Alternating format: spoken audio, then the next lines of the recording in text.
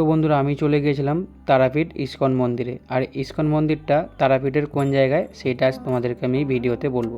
এই ইস্কন মন্দিরটা আছে তারাপীঠ থেকে প্রায় 9 কিলোমিটার দূরত্বে বীরচন্দ্রপুরে এই মন্দিরটি অবস্থিত, যা শ্রী চৈতন্য মহাপ্রভু সহযোগী নিত্যানন্দ প্রভুর জন্মস্থান। তারাপীঠ থেকে অটো বা বাসে যেতে 15 থেকে 20 মিনিট সময় লাগে এই রাধাকৃষ্ণের মন্দির যেতে।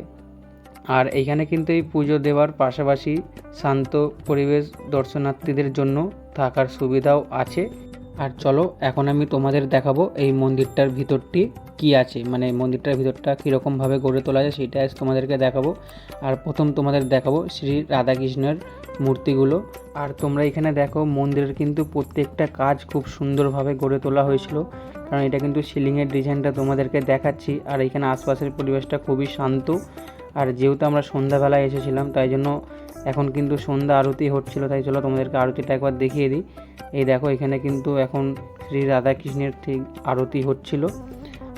আর তোমরা এখানে মন্দিরের ভিতরে কিন্তু সমস্ত রকম গীতা পেয়ে যাচ্ছ।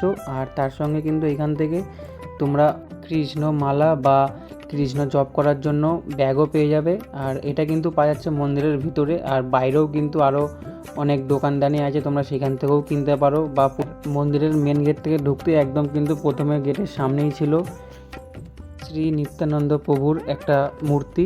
আর এখন আমরা এখানে দেখো কৃষ্ণ গান করতে করতে কিন্তু আমরা মন্দিরের চারিপাশটা এখানে ঘুরছিলাম। আরও অনেক ভক্তরা এখানে ছিল। আর এখন তোমাদেরকে এবার দেখাবো সন্ধ্যাবেলায় এখানে শ্রীকৃষ্ণের মন্দিরটা কীরকম লাগে। আর দেখো তোমরা এখানে কিন্তু খুব অসাধারণভাবেই লাগছিলো। আর মন্দিরের সামনেই কিন্তু পাওয়া যাচ্ছে সমস্ত রকমের শ্রীকৃষ্ণের শ্রী রাধাকৃষ্ণের মূর্তি, বা তোমরা গোপালেরও এখানে সমস্ত রকম সাইজের গোপাল পেয়ে যাবে। আরও অনেক কিছু তোমরা এখান থেকে কিনতে পারবে। তোমরা দেখো এখানে দোকানগুলো দেখেই বুঝতে পারছো। আর তো বন্ধুরা, এখন তোমাদেরকে এবার দেখাবো পার্কিং জায়গাটা। আর এই দেখো এটা হচ্ছে মন্দিরের সামনেটা। আর মন্দিরের পাশেই আছে কিন্তু পার্কিং পয়েন্ট। চলো তোমাদেরকে পার্কিংটা দেখাই। এটা হচ্ছে পার্কিং জায়গা। আর এখানে কিন্তু গাড়ি রাখতে কোনো চার্জ লাগে না, কারণ আমাদেরও গাড়ি ছিল, কোনো চার্জ নেয়নি।